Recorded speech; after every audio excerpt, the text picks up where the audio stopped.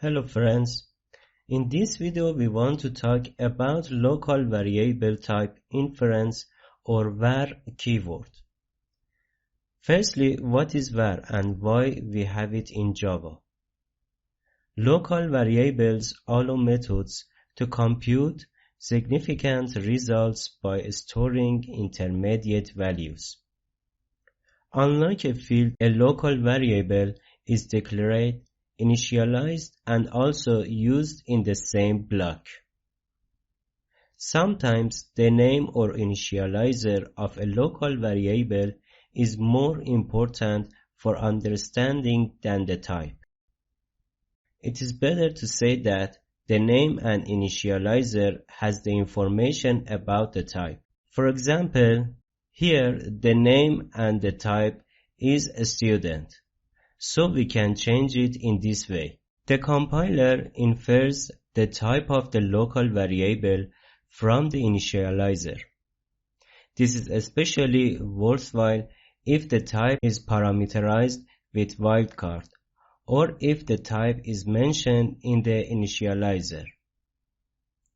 We have a complete tutorial on wildcards and generic. You can watch it in order to get more familiar with generics in Java.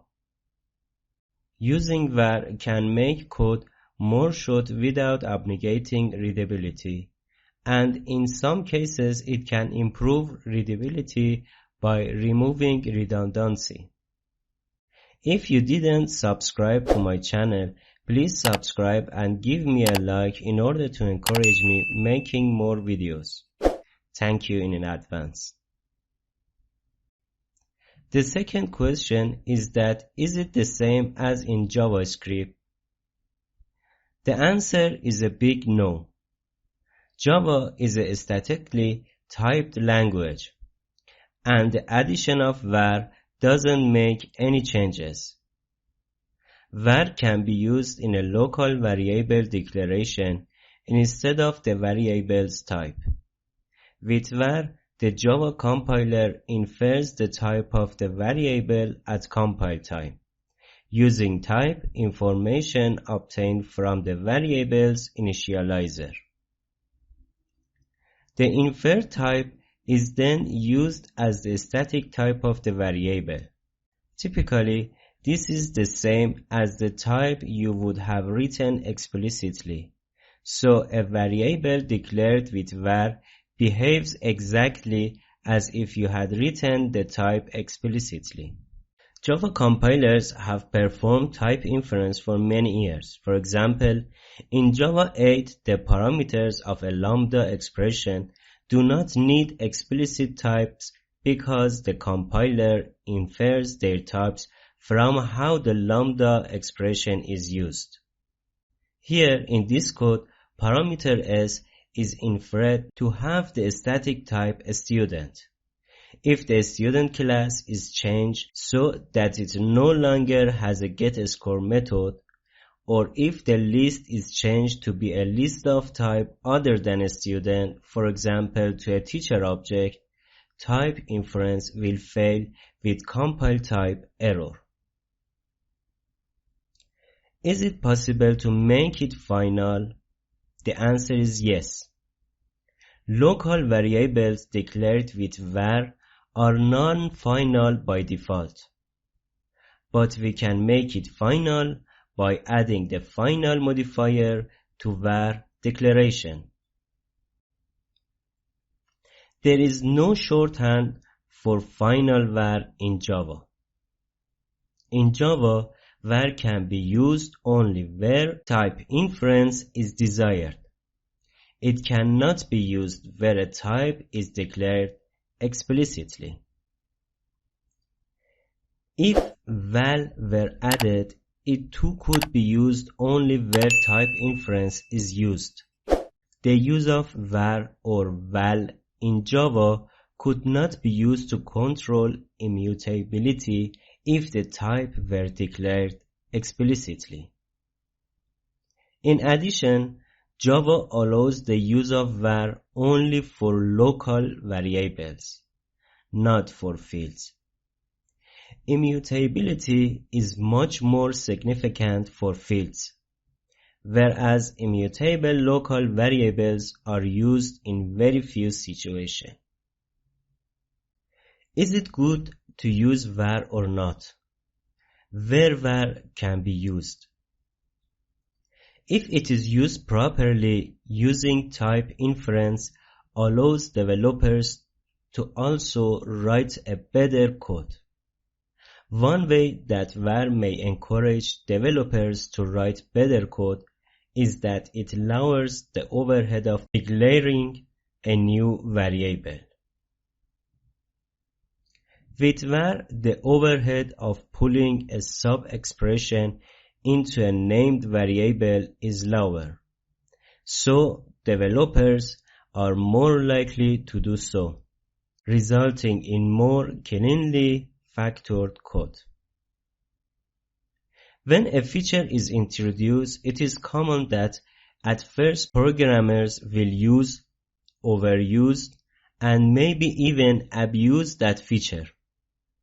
And it takes some time for the community to converge on a reasonable set of guidelines for what uses are reasonable and what uses are not. It is properly reasonable to use var fairly frequently, though not for the majority of local variable declaration.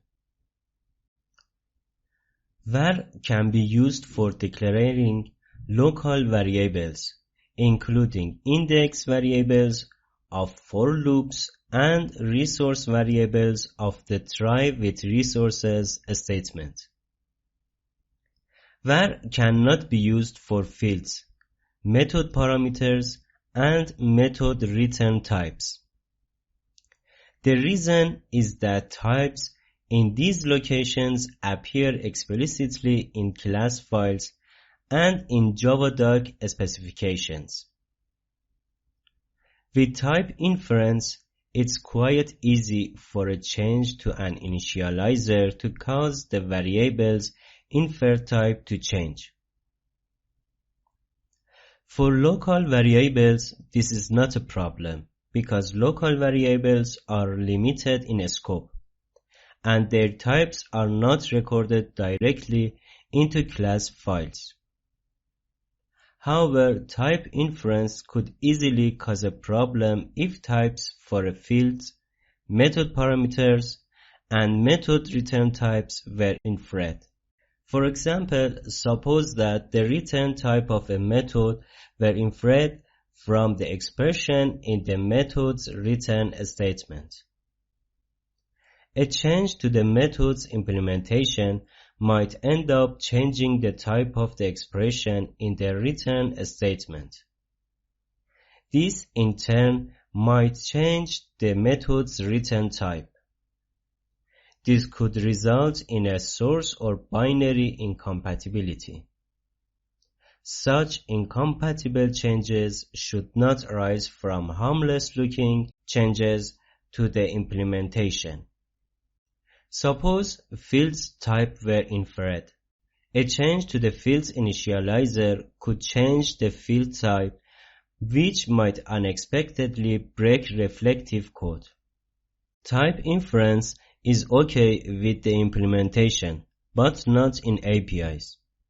API contracts should be declared explicitly. Here the question is, what about private fields and methods, which are not part of APIs? In theory, we could have chosen to support var for private fields and for the return type of private methods, without worry that this would cause incompatibilities due to separate compilation and dynamic linkage. Is it necessary to have an initializer on the right hand? Why? The type of the variable is inferred from the type of the initializer. This means that var can only be used when there is an initializer. We could have chosen to infer the type from the assignments to the variable, but that would have made the feature considerably more complex. And it could potentially lead to misleading or hard to diagnose errors. Suppose that we allow type inference based on assignment in multiple locations separate from the variable declaration. In this example, if a type were chosen based on the first assignment, it might cause an error at another statement that's quite distant from the cause of the error. This is sometimes referred to as the action at a distance problem. Alternatively, a type could be chosen that's compatible with all assignments. In this case, one might expect that the inferred type would be object, because that's the common superclass of string and integer.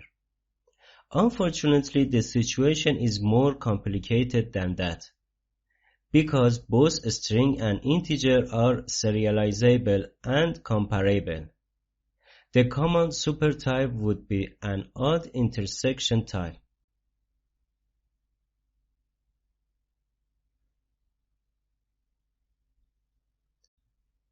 Is it possible to use var with null?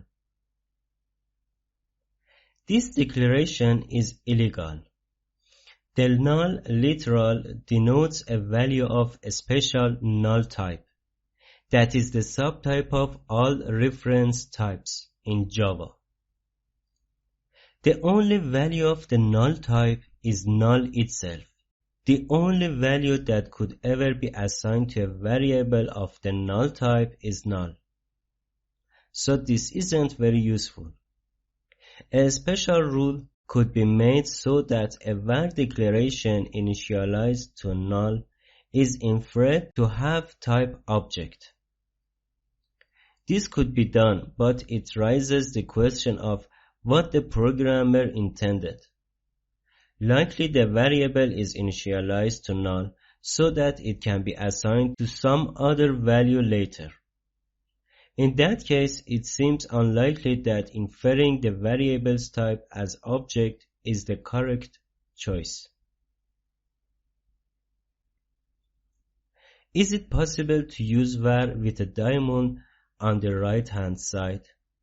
Yes, of course, it works. Consider this example. This will infer the type of list to be ArrayList object. It's probably not what you want. In general, it's preferable use an explicit type on the left with diamond on the right, or use var on the left with an explicit type on the right.